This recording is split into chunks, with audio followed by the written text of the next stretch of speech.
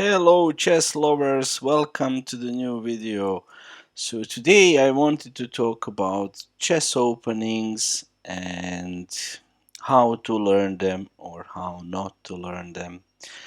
So many players have this problem of making their own repertoire and learning chess openings.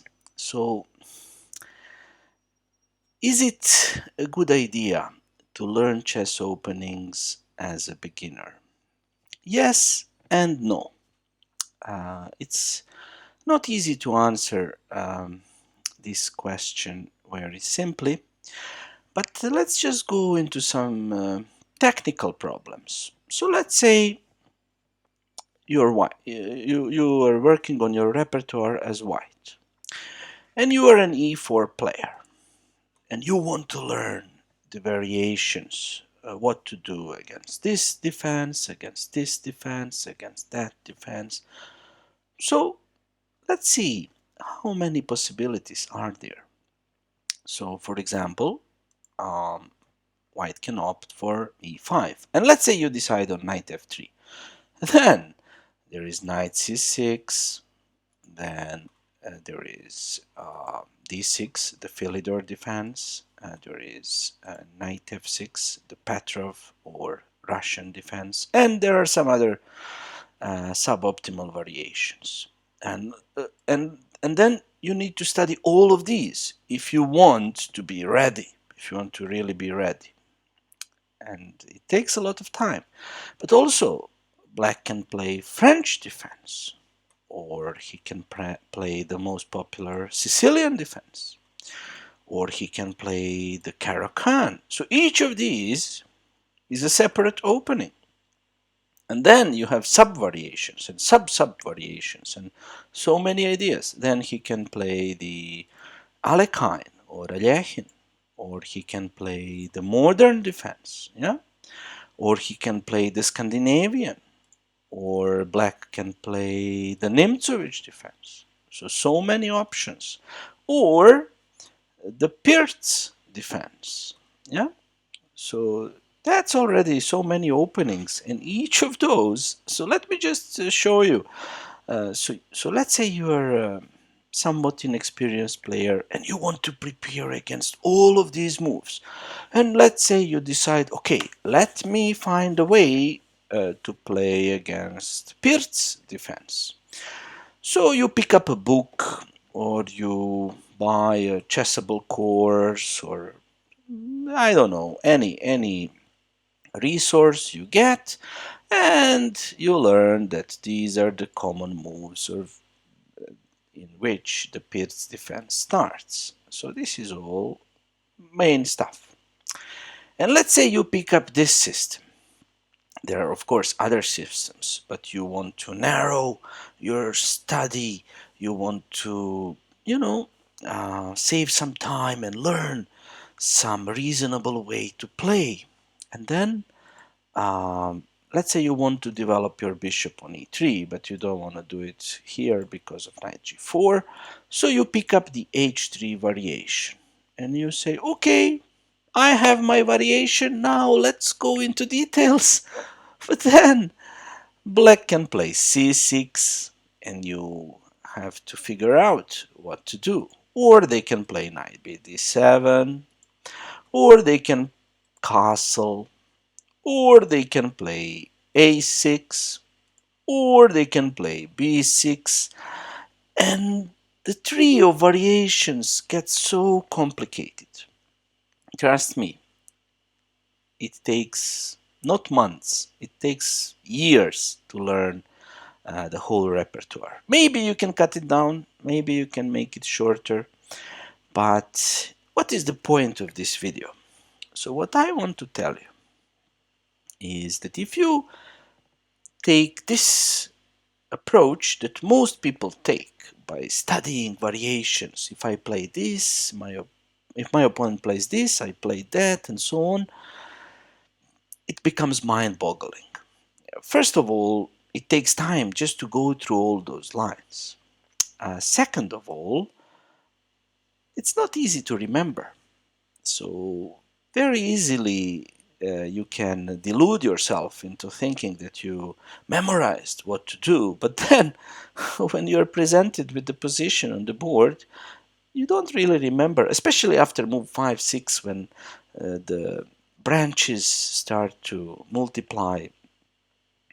It's very hard. So the best way is to, of course, to learn and play. But there is not a shortcut, but there is a sane way of getting out of all these troubles, um, with some pain, but you can choose what kind of pain do you want. Do you want the pain of spending the time memorizing the variations, or do you want the pain of playing and losing and figuring out what to do better next time? So I prefer the latter. That's how I learned openings, and I can confidently say I can play any opening after a few decades of playing. Of course, you don't need a few decades, but what's my point?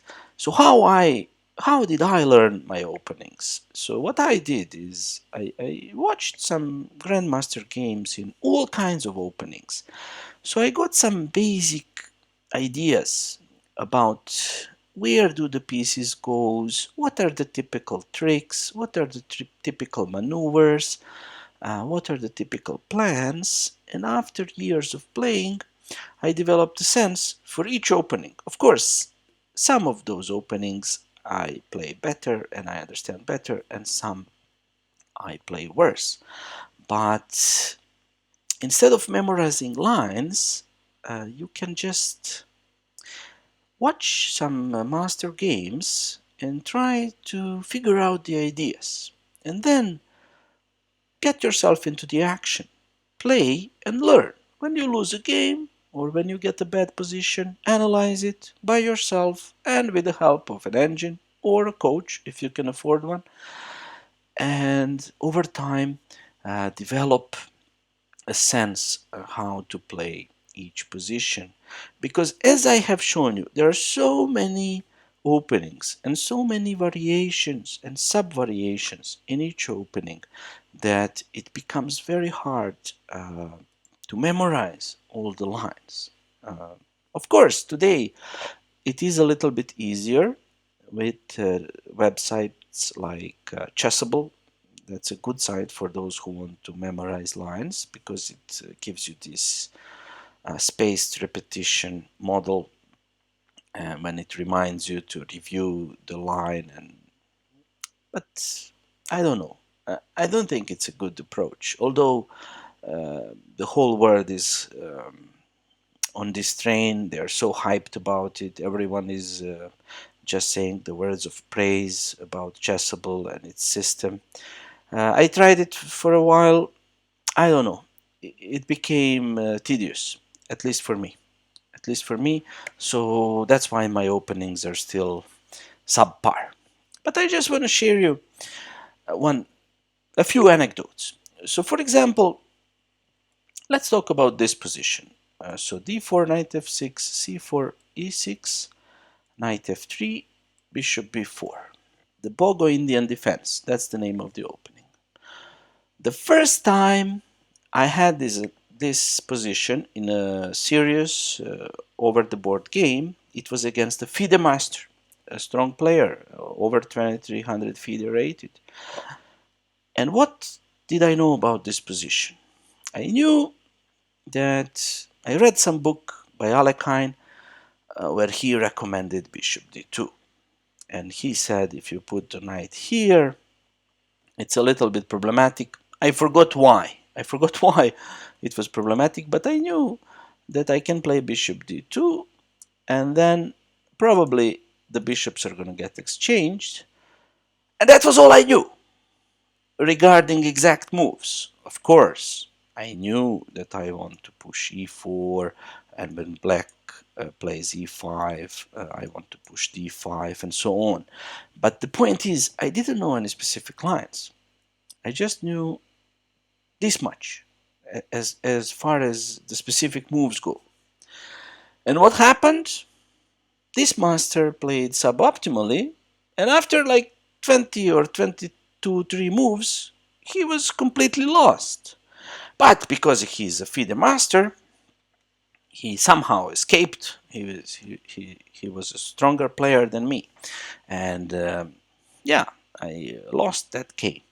But I got a winning position even without any specific opening knowledge. Of course, I have seen thousands of Grandmaster games in different positions, and some of these positions had arose from this opening or from another opening with similar structure. But I really believe that if you analyze Master and Grandmaster games, you can get a lot of ideas and you can develop the feel. Where do the pieces go? And then you can enhance that with some calculation and concrete thinking during the game. And you, in that manner, over the course of some time, you will become strong enough to find your way um, in any opening. Yeah. And then once you reach a certain level, then the time comes to start the concrete variation to give you an edge against your competition. So it's up to you ultimately to choose which path are you going to follow. And I know that most of you will choose to go on Chessable or buy a chess openings book and go over the variations and try to memorize them. It's not a bad approach. I just think it is inferior. I honestly believe it is inferior, but ultimately it's up to you. So you can do that, or you can just go over the games, start from the beginning, go over the old masters, Anderson, Morphy, Paulsen, Pillsbury, I don't know, Tarash, Lasker, Steinitz, Capablanca. So you can do that. You can just watch the games of the famous players and slowly build up your knowledge about different early opening, late opening, and middle game positions. And over the course of time, you should be able to become proficient enough in most of the openings. Or you can do the most popular approach, go on Chessable, buy an opening book, memorize the variation, and see where that gets you. I still believe that my approach is more sensible for an amateur player, but I don't know. What is the verdict? It's hard to tell. If I were to advise someone, I would advise them not to study openings diligently to learn variations, at least not until they reach at least 2000 or maybe 2200, something like that. If they until they reach that kind of level, and I'm not talking online, I'm talking FIDE rating. In my opinion, it's not advisable to spend too much time on the openings. But I know that most of you will not listen because that's what most people do. They want to learn the openings.